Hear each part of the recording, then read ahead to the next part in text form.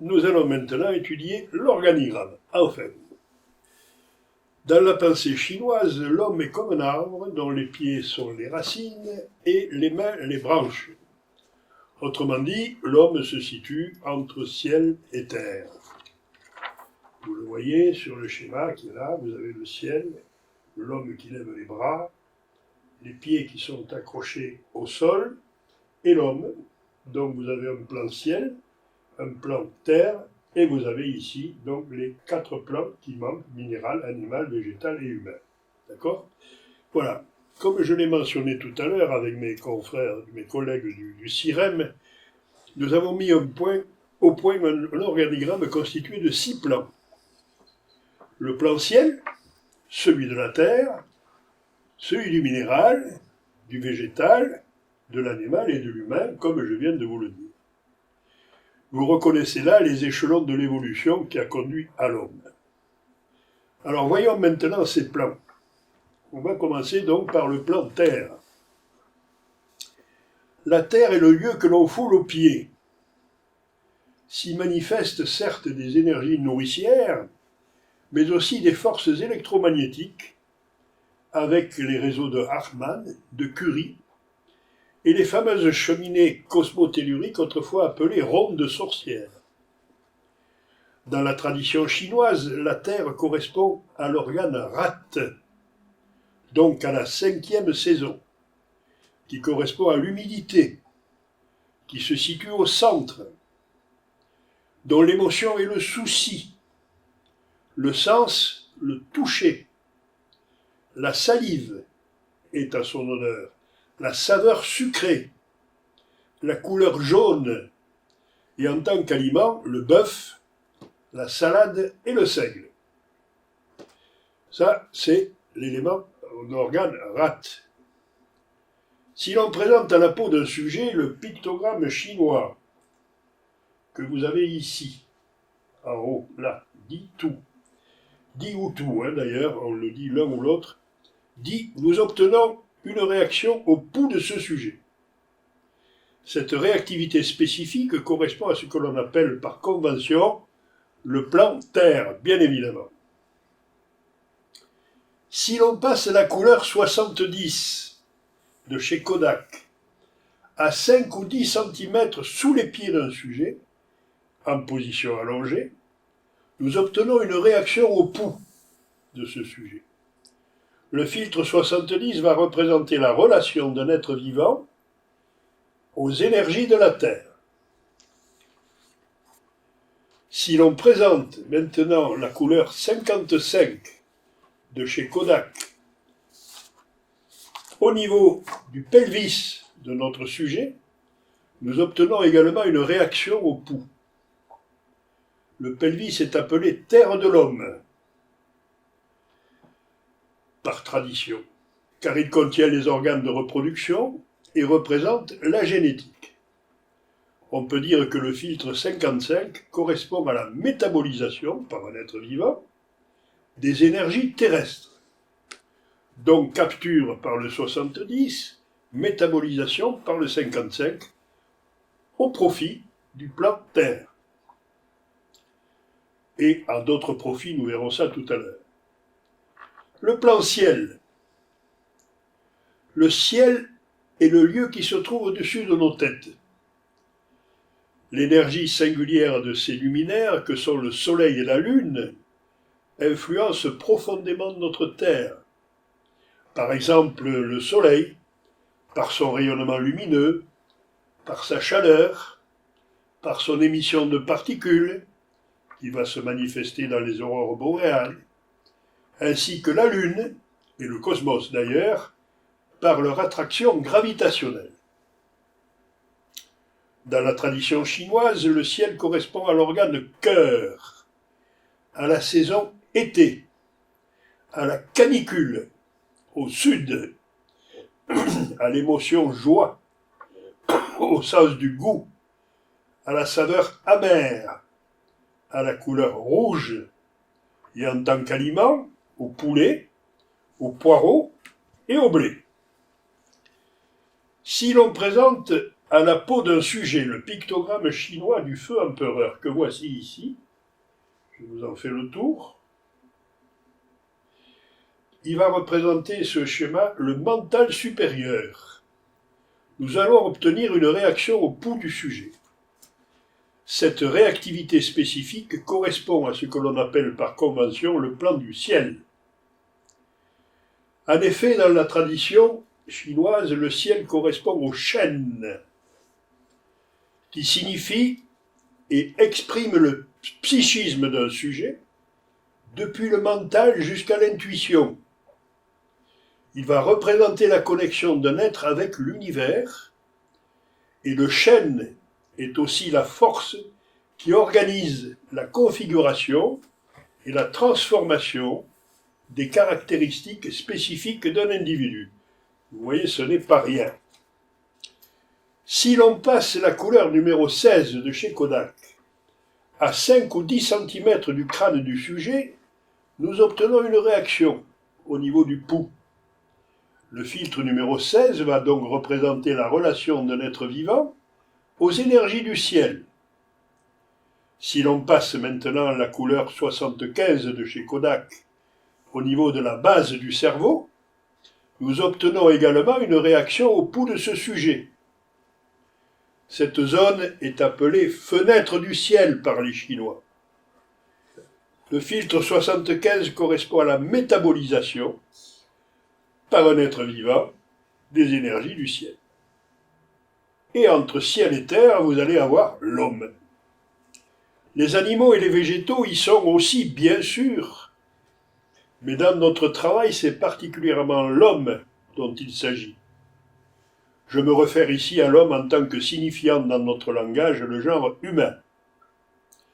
Au cours de l'évolution, se sont successivement développés en effet le minéral, l'animal, représenté par les bactéries, qui, en dégradant les molécules minérales, ont permis l'apparition du végétal, lequel, en produisant de l'oxygène, a permis un pas de plus dans l'évolution, celui de la vie animale vers les mammifères, jusqu'à l'homme. L'homme est lui-même constitué de tous ces plans évolutifs, nous allons le voir. Le plan minéral. Si l'on présente à la peau d'un sujet le pictogramme chinois représentant le rein, que voici ici, ou celui représentant l'eau, ici à côté, le pouls de ce sujet répond à cette information. Cette réactivité spécifique correspond à ce que l'on appelle par convention le plan minéral. En effet, H2O, qui est donc l'eau, H2O, c'est une structure minérale, chimiquement. D'autre part, notre corps est soutenu par une importante structure osseuse, minérale donc. Le minéral est un élément parfaitement structuré. Par ailleurs, dans la tradition chinoise, le rein, ici, est lié à l'eau, comme nous l'avons déjà dit.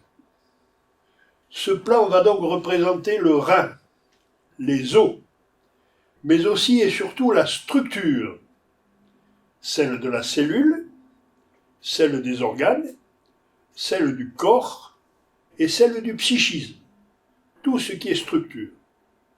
Dans la tradition chinoise, le minéral correspond à l'organe rein, à la saison hiver, au froid, au nord, à l'émotion peur, mais aussi à la volonté, au sens de l'ouïe, aux urines, la saveur correspond au salé, la couleur est noire, et en tant qu'aliment, nous avons le porc, l'oignon et les haricots. Donc, un plan minéral important, puisqu'il va représenter la structure de l'individu, tant dans sa forme physique que psychique. Nous allons avoir ensuite le plan animal.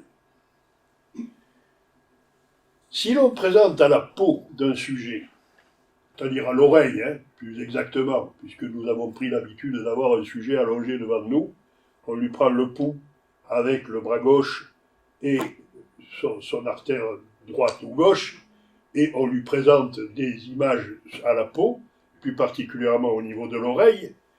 Nous allons présenter ce plan ici, cette image qui représente le feu ministre, c'est-à-dire en fait ce qui est la fonction cellulaire.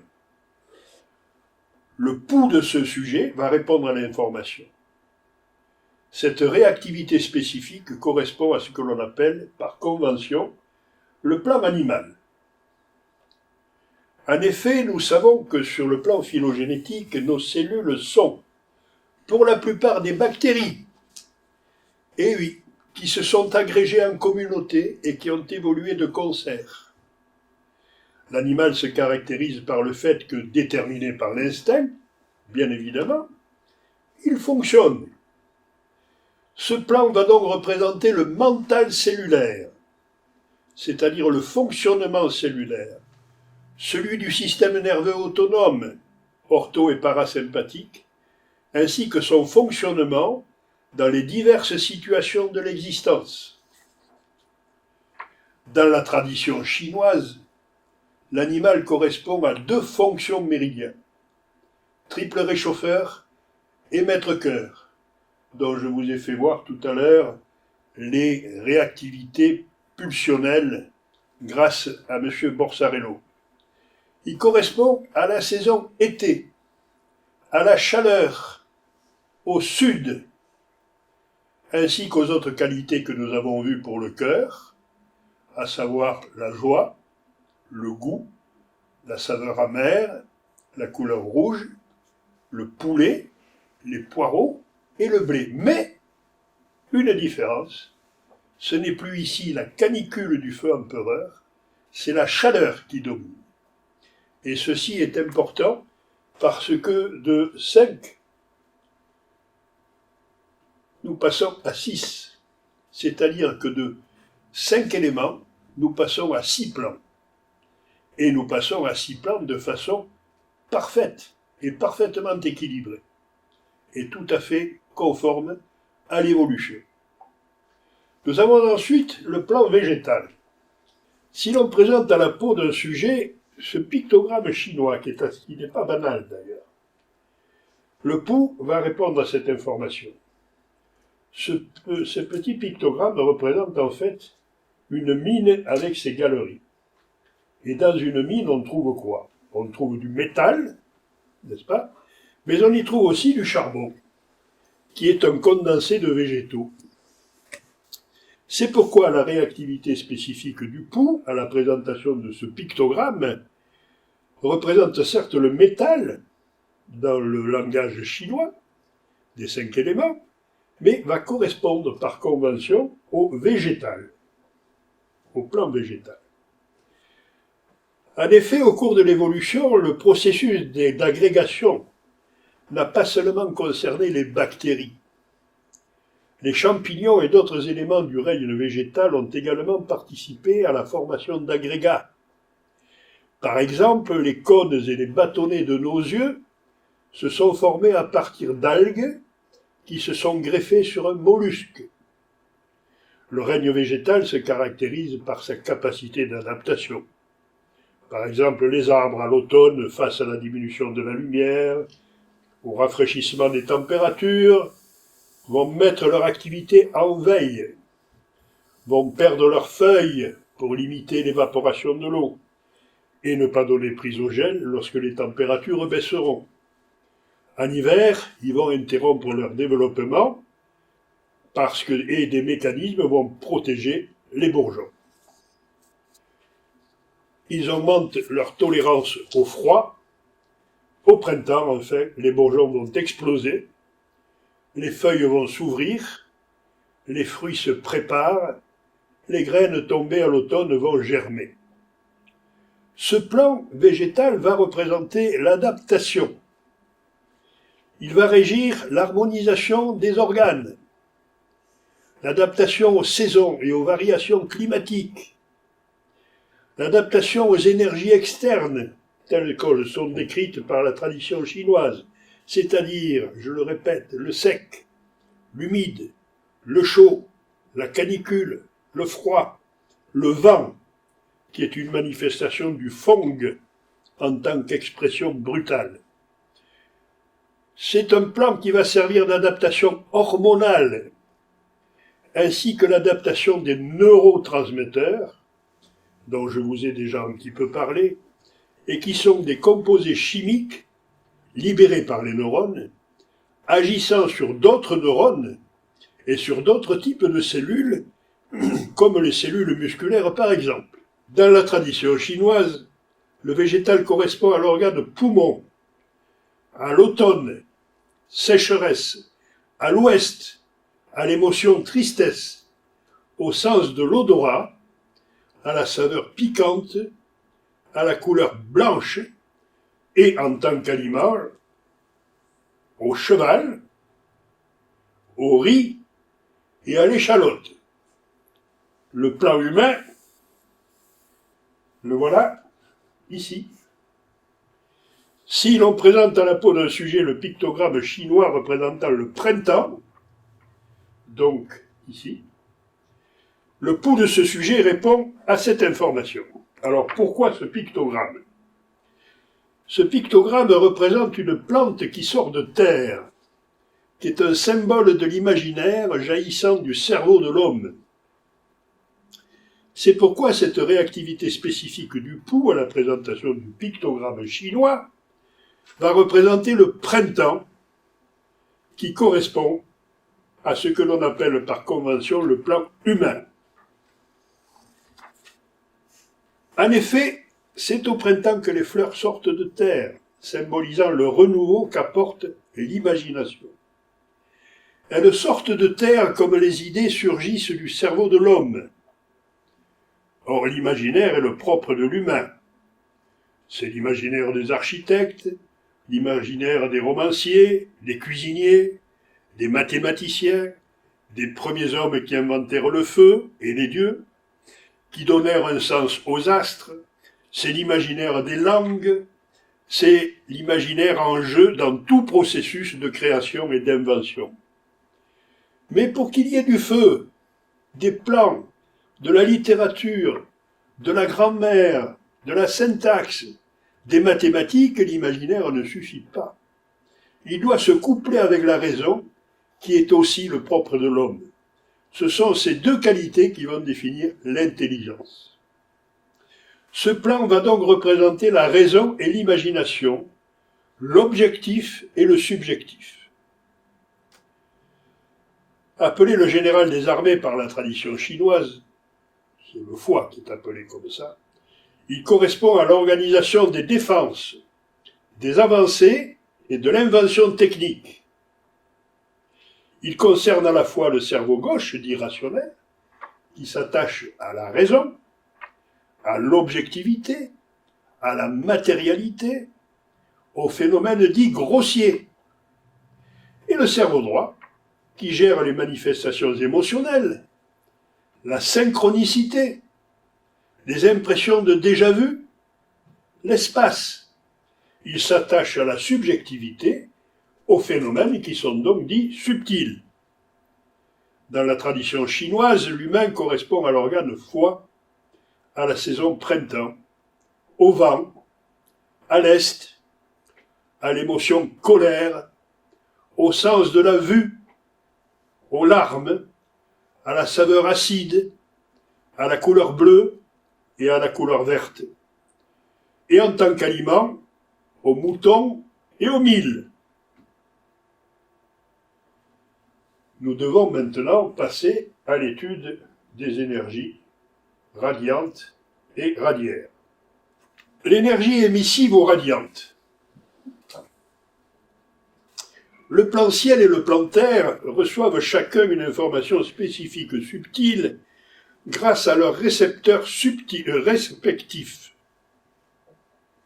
Nous appelons information ciel l'information du ciel et information terre l'information de la terre, bien évidemment.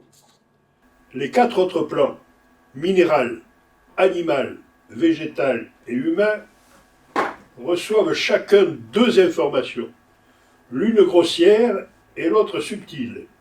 L'une grossière de ce côté et l'autre subtile de ce côté.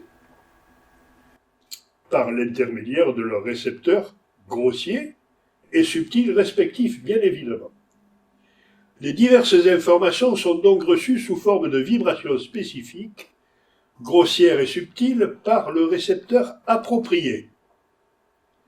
La synthèse de l'interprétation que chacun fait de ces informations vibratoires vont s'exprimer à son pouls lorsque l'on présente en parallèle à l'oreille les filtres de couleurs correspondant à chacun des plans.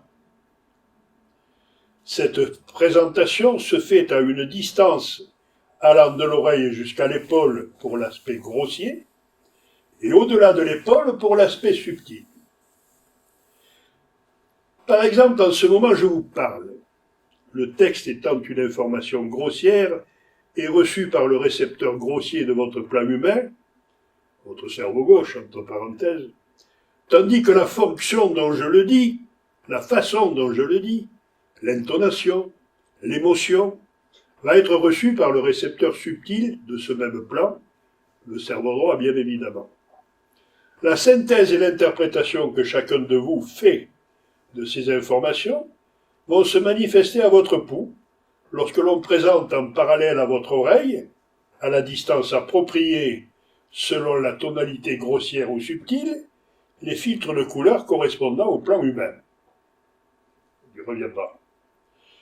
La synthèse et l'interprétation que chacun fait des informations vibratoires reçues, par chacun des plans bien sûr, émettent une énergie qui sera à son tour transformée en information par des moteurs externes spécifiques. Celles qui proviennent du plan minéral, animal, végétal ou humain, sont destinées soit au plan terre, soit au plan ciel. A l'inverse, les informations vibratoires provenant des plans terre et ciel vont aller à chacun des 4 plans, minéral, végétal, animal ou humain. On parle d'énergie radiante pour caractériser l'information transformée par les moteurs externes. On dit moteurs externes parce qu'ils sont situés à l'extérieur de l'organigramme. D'accord ? On parle d'énergie radiante, que voici. Vous avez l'énergie radiante ici. Sur le schéma ci-dessus, vous pouvez voir la représentation de l'émission des produits dits grossiers. Tandis que sur le schéma du dessous, ici, vous avez celle de l'émission des produits dits subtils. Vous remarquerez que le point de départ se fait au niveau du point zéro de l'oreille, c'est-à-dire au centre de l'oreille. Vous voyez les points d'énergie grossières vont partir en fait des 3 points oméga dont nous avons parlé tout à l'heure. C'est-à-dire vont partir des points correspondant en quelque sorte à l'ADN. Et vous voyez que les moteurs, les expressions subtiles vont partir vers l'extérieur ici, vers l'extérieur derrière et vers l'extérieur devant. C'est-à-dire vont faire un module autour du corps, n'est-ce pas ? Donc vous avez une façon émissive, je dirais, de l'énergie radiante qui va englober le corps. D'accord ? L'énergie hologrammique ou radiaire, par contre. Les axes hologrammiques dont nous allons parler ne vous sont pas totalement inconnus, puisque je vous en ai dit quelques mots au début de cette conférence. Si l'on présente en perpendiculaire à l'oreille d'un sujet, sur les axes hologrammiques perpendiculaires, comme ceci, ou diagonaux, le filtre de couleur spécifique, grossier ou subtil, correspondant à l'énergie radiante de chaque plan, nous allons percevoir un RAC, c'est-à-dire un réflexe auriculo-cardiaque, c'est-à-dire une réaction au pouls. Une partie de cette énergie radiante est en effet récupérée par le moteur du plan, qui vont la transformer en énergie hologrammique. Je prends par exemple ce plan minéral. Vous avez une information qui va arriver, 4 subtile ici, 45K ici grossière, qui va être reprise par les moteurs, par les récepteurs, qui sont le 44A et le 25 et le 21. Ces 44A et 21 vont donner une énergie radiaire. Cette énergie radiaire va être reprise par les moteurs externes pour aller vers le ciel et la terre, je viens de vous l'expliquer. Mais, voilà, c'était 94, d'accord? Mais cette énergie qui est ici va être reprise par des moteurs spécifiques, n'est-ce pas, qui vont lui permettre, par le 80D en subtil, de devenir hologrammique. Vous le voyez, il y a des axes ici, et ici, cette énergie radiante va être reprise par un moteur qui s'appelle le 8 pour donner une énergie hologrammique qui est le 87. Ce 87 d'ailleurs sera repris par un moteur externe qui est le 40 pour aller vers d'autres cieux, c'est-à-dire vers le ciel et la terre. Ces énergies radiantes vont être reprises par un moteur externe d'une part pour retourner lorsqu'il s'agit du plan animal, végétal, humain et minéral vers le ciel et la terre pour aller nourrir ces deux éléments. À partir de la terre et du ciel, ils vont partir par des moteurs externes pour nourrir les plans minéral, animal, végétal et humain. Bien. Mais une partie de cette énergie radiante va être reprise par des moteurs internes, des moteurs spécifiques qui vont transformer cette énergie en énergie hologrammique, c'est-à-dire en énergie ayant au niveau de l'oreille des axes soit perpendiculaires, soit diagonaux, soit les deux. D'accord? Et ce sont des énergies qui vont pouvoir être restituées au cosmos. Donc, une partie de cette énergie radiante est récupérée par des moteurs de plan qui vont la transformer en énergie hologrammique. Pour mesurer cette énergie hologrammique que nous appelons aussi radiaire, il faut poser sur le corps ou à l'extérieur du corps, en fonction des dimensions comme nous le verrons plus loin, un moteur spécifique de chaque plan. Dans le plan que je vous ai montré tout à l'heure, c'était le 8 pour le moteur grossier et le 80D pour le moteur subtil, qui transformait l'énergie rayonnante en énergie radiaire. D'accord? Et cette énergie radiaire doit être restituée au cosmos. Et à l'environnement, surtout en particulier à la famille, aux enfants, à tous les gens qui sont autour de vous, de façon à ce qu'ils en profitent de bonne façon. D'accord? Je vais cependant faire une petite parenthèse, car je voudrais vous expliquer quelque chose de particulier. Je voudrais vous expliquer ce que c'est que le Wu Ying, c'est-à-dire les 5 éléments chinois. Et nous allons faire une parenthèse qui a une certaine importance, parce que ce Wu Ying va nous remettre en face de ce que l'on appelle la croix taoïste. Et cette croix taoïste, vous allez voir, est assez particulière. Si nous considérons le pictogramme ici, Wu Ying, qui est ici, nous avons tout d'abord le Wu, qui veut dire 5, d'accord? Et nous avons ensuite, ici, son ancienne façon de parler, de s'exprimer, n'est-ce pas? Qui est l'écriture ancienne, et nous y voyons un croisement. C'est l'aspect temporel de la symbolique du nombre 5. C'est l'aspect dynamique du yang. Autrement dit, ici, cette partie-là est représentée en écriture ancienne par celle-ci, et vous voyez que vous avez un croisement qui est un croisement temporel. C'est donc une histoire de temps, d'une part. D'accord? Ensuite, nous avons la deuxième partie qui est ici, qui est le yin. ing, ici. Nous avons le ing, nous le reprenons ici, et dans son expression ancienne, vous voyez, c'est un carrefour. Nous ne sommes plus dans le temps, là. Nous sommes dans l'espace. D'accord? Ça veut dire que le Wu-Yin est quelque chose d'assez particulier. C'est un symbole de l'espace orienté selon les 4 directions. C'est donc la croix des directions de l'espace. C'est le sol de l'agriculteur, au centre se trouve l'observateur.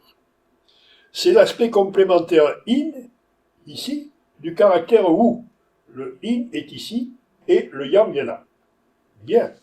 Eh bien, ce qu'il nous faut voir, c'est que cet ensemble Wu-Yin peut être représenté par l'ensemble des 4 axes de la croix taoïste que voici. 2 perpendiculaires et 2 diagonales.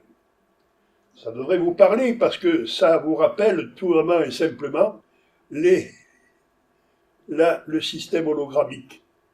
Ce que nous a permis de voir les lunettes hologrammiques lorsque nous fixons un point lumineux.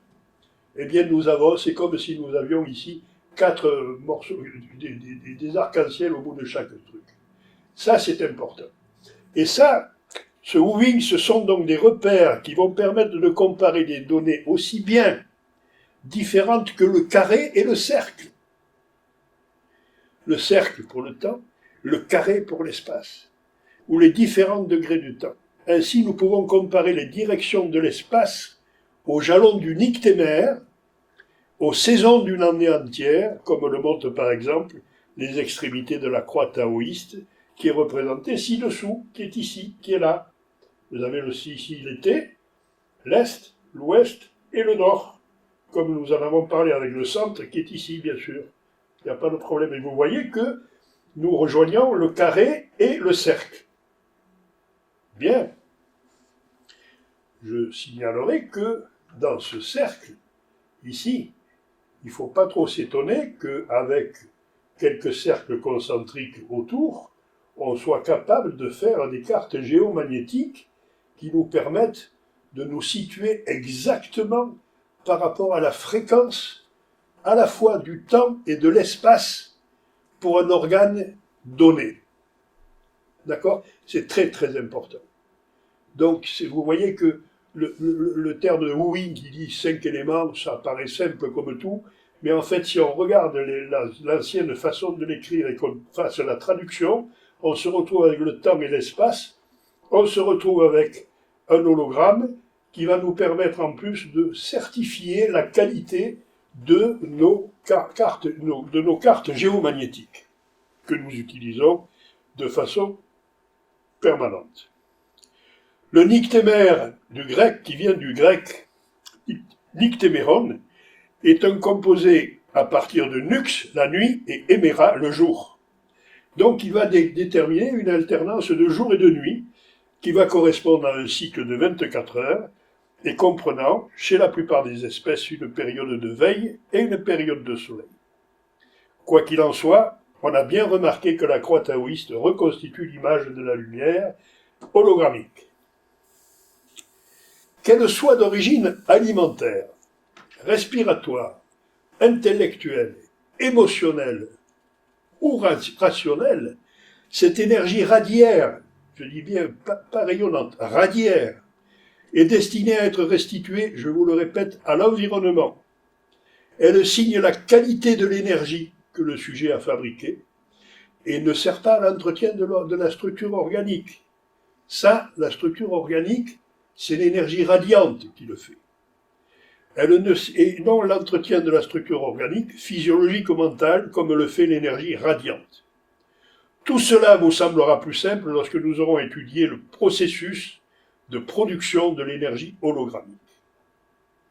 Nous allons pousser un petit peu plus loin au travers des dimensions dont nous avons déjà parlé, mais dont nous n'avons donné aucune explication rationnelle. Le vivant vibre selon 2 dimensions, matérielle et immatérielle. Nous l'avons vu, nous en avons parlé tout à l'heure, lorsque nous avons parlé de la décomposition de la lumière, ainsi que lorsque nous avons parlé de la peau en tant que système réticulé, nous avons vu que seule l'énergie gravitationnelle traversait le filtre réticulé de la peau, créant un réel trivial, le champ électromagnétique, que l'on peut décrire comme matériel, et un réel virtuel ou imaginaire, vibratoire, n'est-ce pas? Vibratoire fréquentiel, qui est un phénomène immatériel. Et nous retrouverons d'ailleurs tout cela dans l'étude de l'hologramme lors de la deuxième conférence.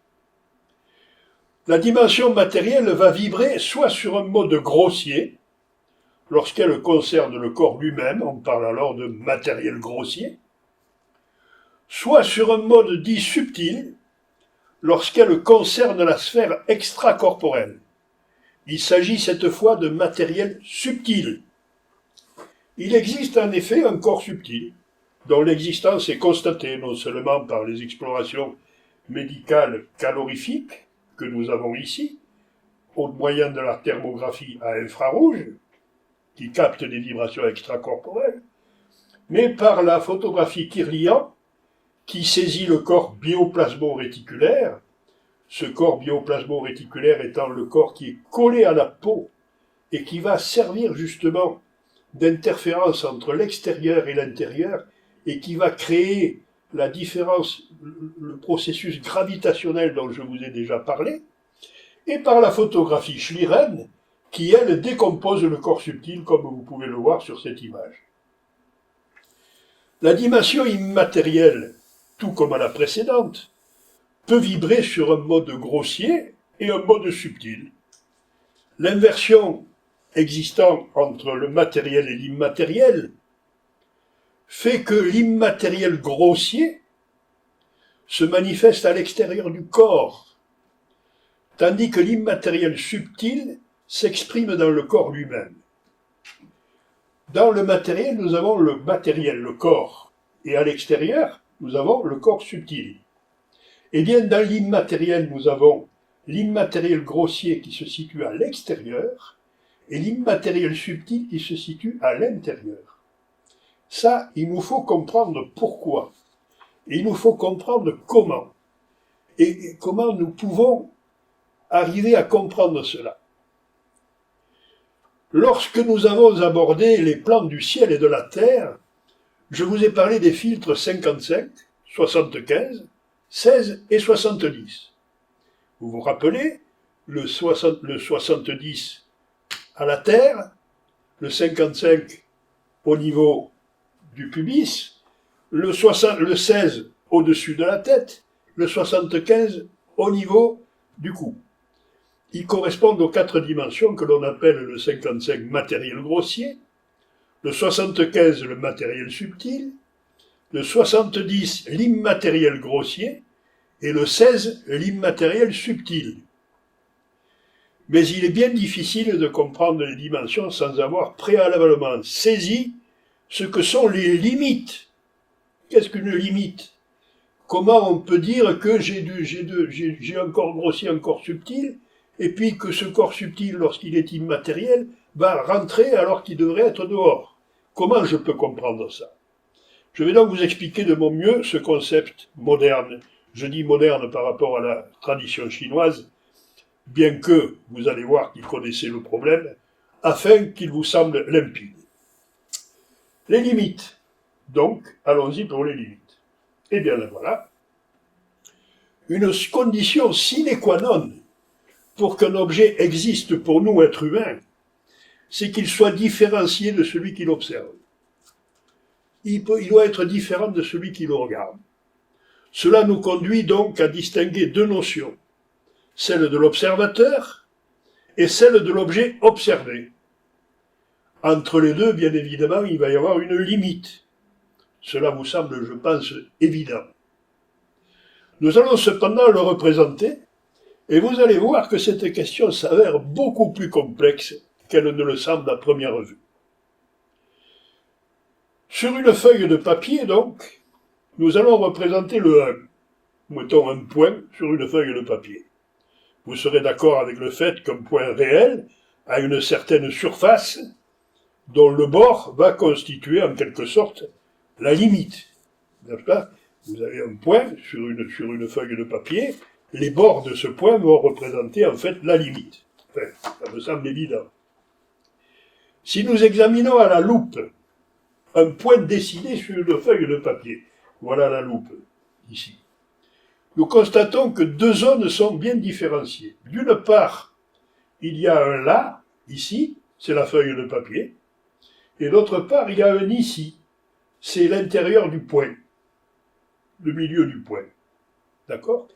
Donc, les informations qui parviennent à l'observateur depuis ces deux régions ne peuvent pas être tout à fait semblables. Sinon, il serait impossible de les distinguer. Il faut donc que quelque chose d'ici ne se trouve pas là, et quelque chose de là ne se trouve pas ici. Nous pouvons en déduire qu'une certaine information venant de la première région n'est en rien comparable à une certaine information venant de la seconde et vice-versa. D'accord? Vous comprenez ça? Nous pouvons mieux comprendre cette différence si nous observons les deux flèches du schéma. Elles nous indiquent les lieux de départ et les lieux d'arrivée des informations qui s'échangent, ainsi que leur trajet. Il y a l'information qui s'appelle l'intérieur de l'intérieur. Alors là, c'est vraiment le centre. D'accord? Et qui ne se trouve pas à l'extérieur de l'extérieur. Cette information intérieure de l'intérieur ne se trouve pas à l'extérieur de l'extérieur. Vous le voyez bien. D'accord? Il y a l'information qui, de l'intérieur, va venir vers l'intérieur, ici. C'est-à-dire que ça, c'est notre point. Hein? Il y a l'intérieur de l'intérieur, qui est le point. Et puis tout autour, en fait, juste à sa limite extérieure, vous avez l'intérieur. Nous sommes bien d'accord. D'accord? Bien. Réciproquement, il y a l'information de l'extérieur, qui ne se trouve pas à l'intérieur de l'intérieur, bien évidemment. Et l'information de l'extérieur qui va se mettre en relation avec l'extérieur de l'extérieur. Donc nous avons en fait, chacun des trajets traverse des limites secondes en quelque sorte. Vous avez une limite seconde ici et une limite seconde là. Autrement dit, certaines choses s'échangent au travers de la limite, mais pas tout. Il y a donc de véritables différences que s'il y a une part d'incommunicabilité entre les choses différenciées, mais aussi qu'il y a une part communicable entre elles. Il s'ensuit qu'il existe deux limites secondes internes aux deux régions. La limite seconde étant ce qui sélectionne dans ces régions, ce qui pourra traverser ou non la limite fondamentale. D'accord? Ici, on va pouvoir passer de là à là, et de là à là. Autrement dit, certaines choses s'échangent au travers de la limite, mais pas tout. Il n'y a donc de véritable différence que s'il y a une part d'incommunicabilité entre les choses différenciées, mais aussi s'il y a une part communicable entre elles. Il s'ensuit qu'il existe deux limites secondes internes aux régions. La limite seconde étant ce qui sélectionne dans ces régions, ce qui pourra traverser ou non la limite fondamentale. On va donc distinguer quatre zones, l'extérieur de l'extérieur, que vous avez ici. On va distinguer l'extérieur, on va distinguer l'intérieur et l'intérieur de l'intérieur. Si nous supprimons la limite seconde dans le même mouvement, nous supprimons l'information de la différence, ce qui revient à abolir la limite fondamentale, puisque rien ne permet plus de différencier les informations devant passer d'une région à l'autre, de celles qui ne le doivent pas. Nous voyons ainsi que lorsque nous avons créé un point, nous avons dans le même mouvement créé quatre catégories. Notre feuille de papier représentant le vide, le point que nous y avons décidé a créé ex nihilo quatre catégories. Nous pouvons donc affirmer que cette notion est universelle et qu'il n'existe pas de limite qui ne détermine ipso facto quatre catégories. De quelle nature peut être cette limite? Cela n'est pas évidemment de la nature de l'espace à différencier, c'est évident. Cet espace peut être la clôture d'un champ, comme peut le représenter notre poing sur le papier, mais aussi la conscience en jeu dans le sommeil, qu'il soit orthodoxe ou paradoxal, et dont l'unité permet le passage de l'un à l'autre. Ça peut être la peau du corps. Dans ce cas, nous pouvons distinguer les objets extérieurs, dont nous savons qu'ils sont matériels grossiers, l'extérieur immédiat à la peau, que nous savons capables de capter le subtil de l'extérieur, effet Kirlian, etc. C'est donc le matériel subtil. Et la capture cérébrale de ces informations va se développer au niveau de la conscience sous une forme d'immatériel grossier, de prise de conscience, puis d'immatériel subtil, c'est-à-dire de conceptualisation. Donc vous avez cette espèce de processus qui fait que ce que vous avez toujours cru être à l'extérieur se trouve au centre de vous-même. D'accord? Et là, c'est la surprise. N'est-ce pas? Cette distinction est universelle et nous la retrouvons entre autres dans la tradition chinoise qui qualifie 4 degrés, yang de yang, intérieur de l'intérieur, yin de yang, extérieur de l'intérieur, yang de yin, intérieur de l'extérieur, yin de yin, extérieur de l'extérieur. Dans la tradition hébraïque qui exprime ces 4 degrés dans le tétragramme, Yod, intérieur de l'intérieur, et extérieur de l'intérieur, Vav, intérieur de l'extérieur, et extérieur de l'extérieur. Dans les 4 degrés de l'univers décrits par René Guénon, personnalité trop inclassable pour que je la définisse en quelques mots, allez voir sur Internet si vous voulez en savoir davantage sur ce chercheur, 1 degré de non-manifestation et 3 degrés de manifestation, l'informel, le subtil et le grossier. À notre tour, nous l'exprimons dans les 4 dimensions. Par rapport aux exemples ci-dessus, l'équivalence serait yang de yang égale yod, immatériel subtil, soit le filtre 16. Yin de yin et immatériel grossier, soit le filtre 70. Yang de yin, vav, matériel subtil, soit le filtre 75. Yin de yang, matériel grossier, soit le filtre 55. Nous pouvons voir que les limites correspondent parfaitement aux énoncés de Xiao Tzu, comme vous pouvez le constater sur le schéma ci-dessus. Ci-contre. Étudions maintenant, d'une part, les axes de l'oreille, d'autre part, la façon dont nous avons obtenu les filtres de plan et les récepteurs. Étude des axes. Au niveau du plan minéral, en présentant sur les axes perpendiculaires et diagonaux de chaque oreille les différents sujets, les acides aminés constitutifs de l'ADN, c'est-à-dire adénine, guanine, thymine, uracile et cytosine, nous avons obtenu une réaction à leur pouls. Les yeux ouverts, nous voyons que l'adénine et la thymine donnent un rack vertical sur les axes verticaux, que l'uracile et la cytosine donnent un rack, une réaction, sur les axes horizontaux.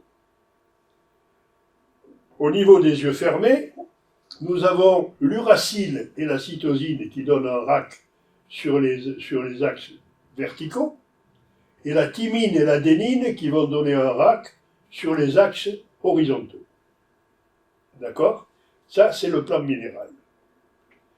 Nous passons ensuite au plan animal, et nous nous rendons compte que, sur ce plan animal,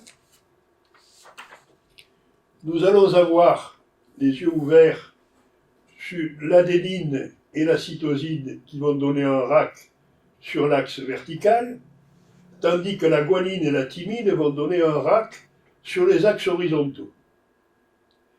Et les yeux fermés, nous avons cytosine et guanine qui donnent un rack sur l'axe vertical, tant à l'oreille droite qu'à l'oreille gauche, et adénine et thymine qui vont donner un rack sur les axes horizontaux, tant à l'oreille droite qu'à l'oreille gauche.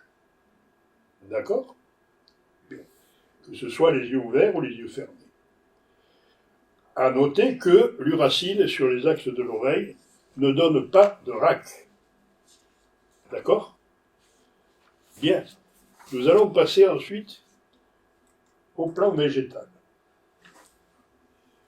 Au niveau du plan végétal, les acides aminés de l'ADN présentés aux axes de chaque oreille ne donnent pas de réaction au pouls. Par contre, c'est avec les 4 neuromédiateurs que nous allons avoir affaire, à savoir la dopamine, la sérotonine, les GABA et la mélanine. C'est là-dessus que les pouls vont réagir. Donc au niveau du plan végétal, nous allons avoir des yeux ouverts, les GABA qui vont être sur un axe diagonal, dans un sens, vous le voyez, ascendant, alors qu'au niveau de l'oreille gauche, GABA et mélanine vont être dans un sens descendant, sur le même axe, diagonal. D'accord? La sérotonine et la dopamine vont avoir un sens à l'oreille gauche comme ceci, dopamine, sérotonine, et nous aurons l'inverse au niveau de l'oreille droite, sérotonine et dopamine. Les yeux fermés, nous allons avoir GABA et mélanine, sur l'axe diagonal, qui monte vers le haut, alors que sérotonine et dopamine vont monter vers en haut. Donc nous avons à l'oreille droite la même image des yeux fermés, la même image à l'oreille droite que celle que nous avions à l'oreille gauche, mais en sens inverse.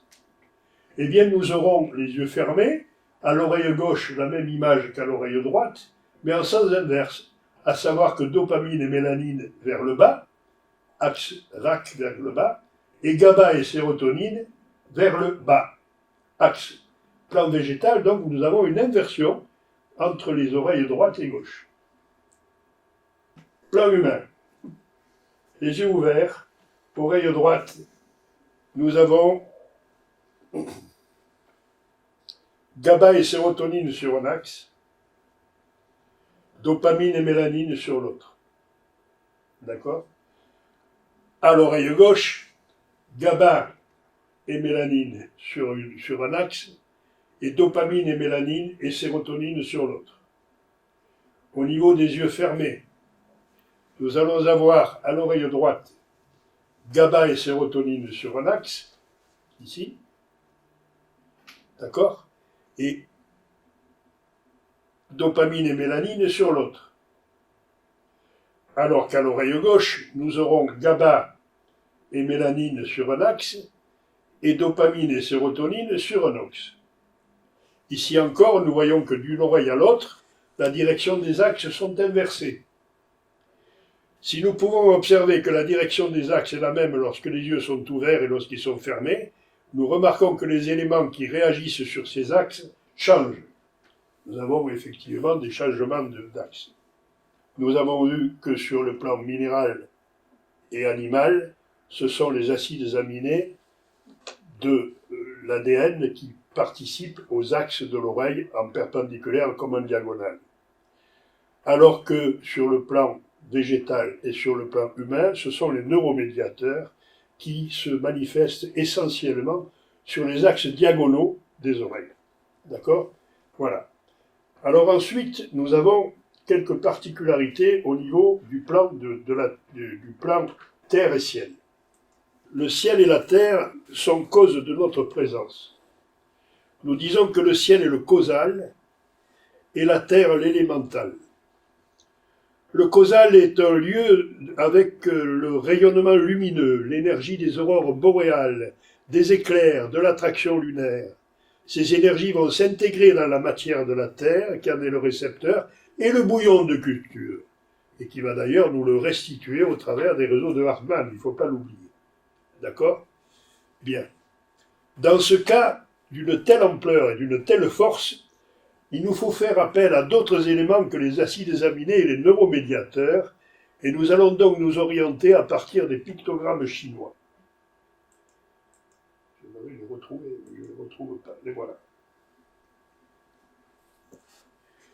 Nous avons vu que l'oreille est une cellule avec un ADN et un ARN. N'est-ce pas? Vous vous souvenez, l'ADN sur les 3 plans oméga et l'ARN sur l'ensemble de l'oreille. D'accord?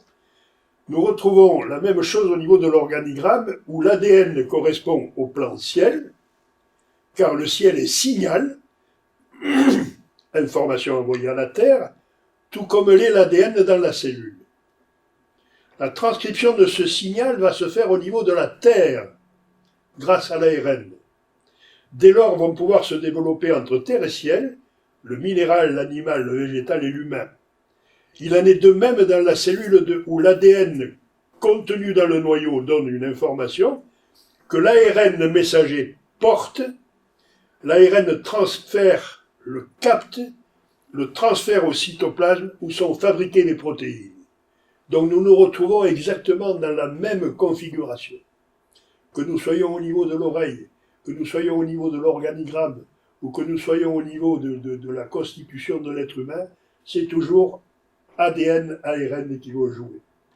N'oublions pas que nous avons un signal qui est le ciel, ADN, et un non-signal qui est la Terre, en quelque sorte, qui va être le bouillon de culture qui va permettre de faire vibrer la totalité de l'information. Au niveau du ciel, nous allons avoir le chi qui a pour pictogramme celui-ci, le plan ciel, ADN mitochondrial, le voilà. D'accord? Les filtres de plan. Ce pictogramme est double. C'est ça, c'est celui-ci et celui-ci, l'un et l'autre. C'est un mot composé. Il est formé de 2 pictogrammes que nous pouvons décrire de la façon suivante. Le premier pictogramme, qui est ici, représente le ciel au-dessus. D'accord? Et au-dessous, nous avons le soleil, la lune et les étoiles. En dessous. La traduction va se faire l'influence céleste. Passé en parallèle sur les couleurs de chez Kodak, il réagit tout comme l'ADN mitochondrial sur la couleur 34A. Et cette couleur 34A, vous le voyez, a des axes perpendiculaires. D'accord? Bien. Nous l'avons identifié comme étant le 34A, comme étant le plan ciel. La tradition le traduit par influence céleste. Passé en parallèle sur les couleurs de chez Kodak, il réagit tout comme l'ADN mitochondrial, d'accord, sur la couleur 34A, avec 2 axes perpendiculaires, et il va, nous l'avons identifié comme étant la couleur correspondant à l'aspect grossier du plan ciel. Le deuxième aspect de ce mot chi représente 2 mains ouvertes, placées de part et d'autre d'un axe vertical. Dans la culture chinoise, il s'agit des mains de l'initié, du prêtre taoïste, de l'empereur dans son aspect divin. La main droite et la main gauche signalent qu'il existe un axe vertical à partir duquel l'énergie se diffuse.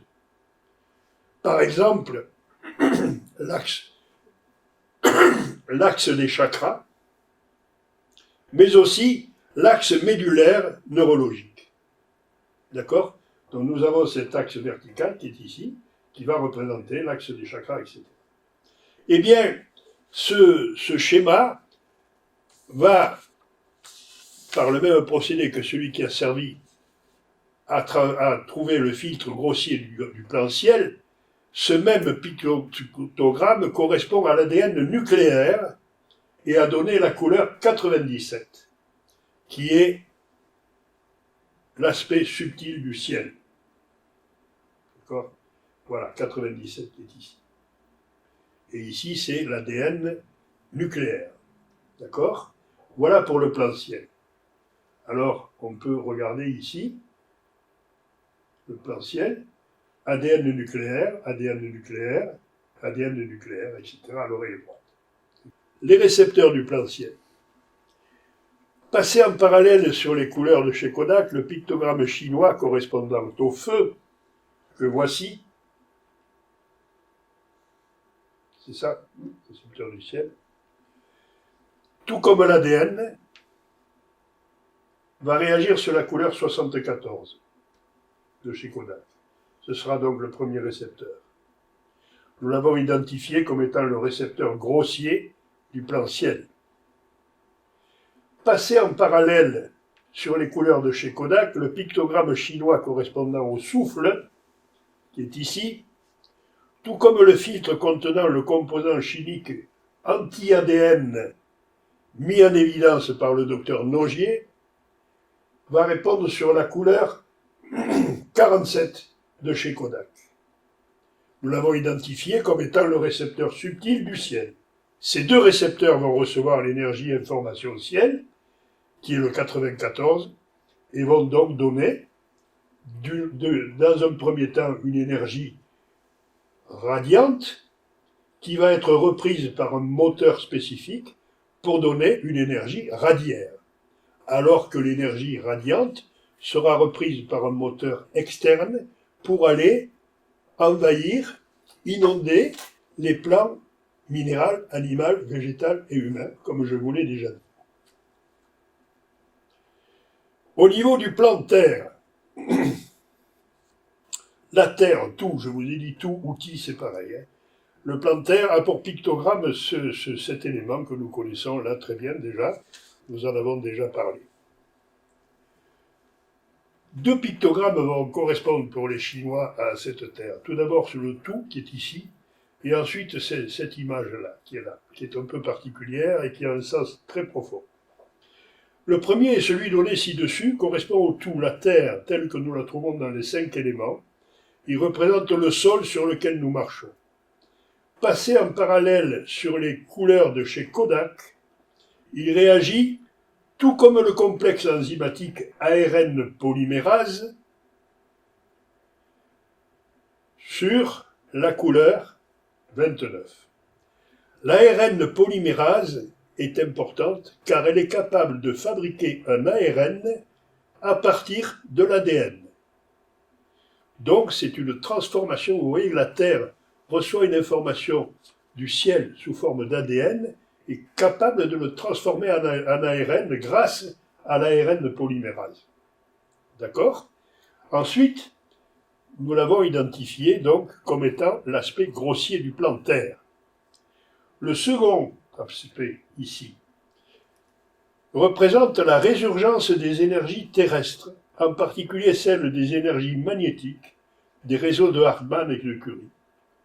Par le même procédé que celui qui a servi à trouver le filtre du plan Terre, ce pictogramme, tout comme l'ARN ribosomique, donc l'ARN ribosomique comme ce pictogramme, vont réagir sur le 78C et vont donc constituer de cette façon l'aspect subtil du plan Terre. D'accord ?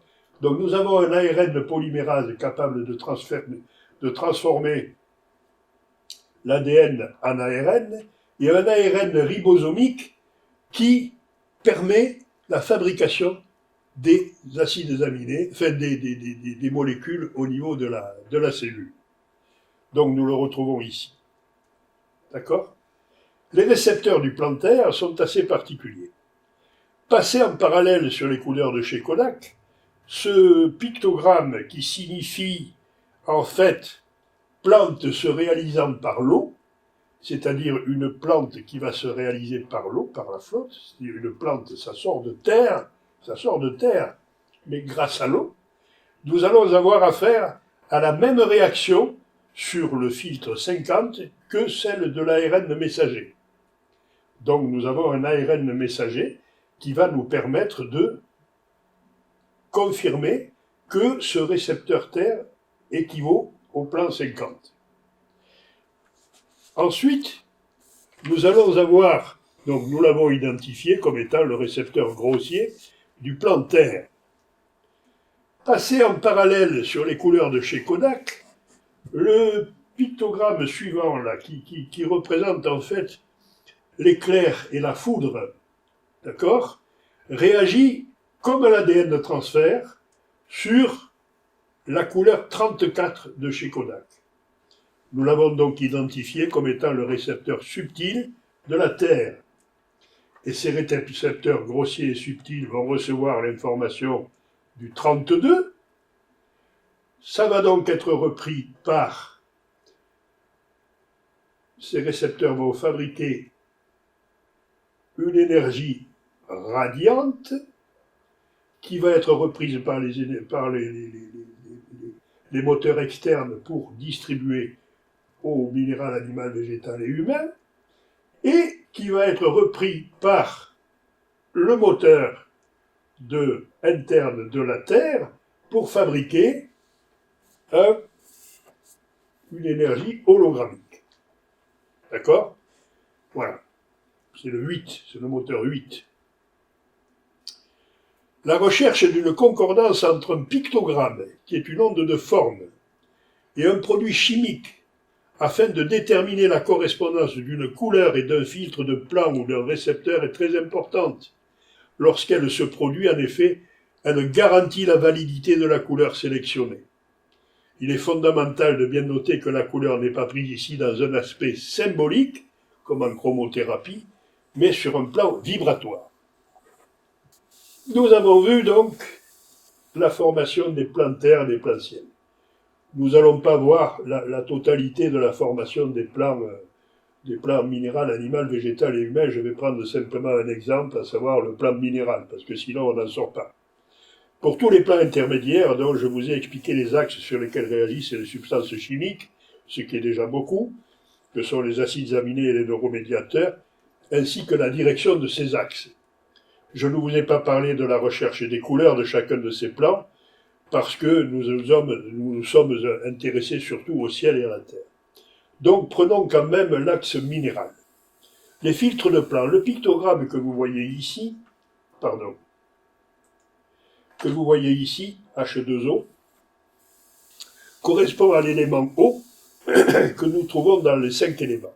Il représente un filet d'eau, vous le voyez, entre deux berges. D'accord? Passé en parallèle sur les couleurs de chez Kodak, ainsi qu'une molécule d'eau, nous allons trouver le filtre, la couleur 87, que nous avons identifié comme l'aspect grossier du plan minéral. D'accord? Du côté subtil, eh bien, nous prenons le pictogramme qui signifie vapeur d'eau, qui signifie les vapeurs qui s'échappent de la Terre, excusez-moi, et qui représente la même substance, l'eau, mais dans son essence, c'est-à-dire dans l'état gazeux, par le même procédé que celui qui a servi à trouver tout à l'heure le filtre grossier, nous allons trouver comme élément la couleur 94. Nous l'avons donc identifié comme étant l'aspect subtil du plan minéral.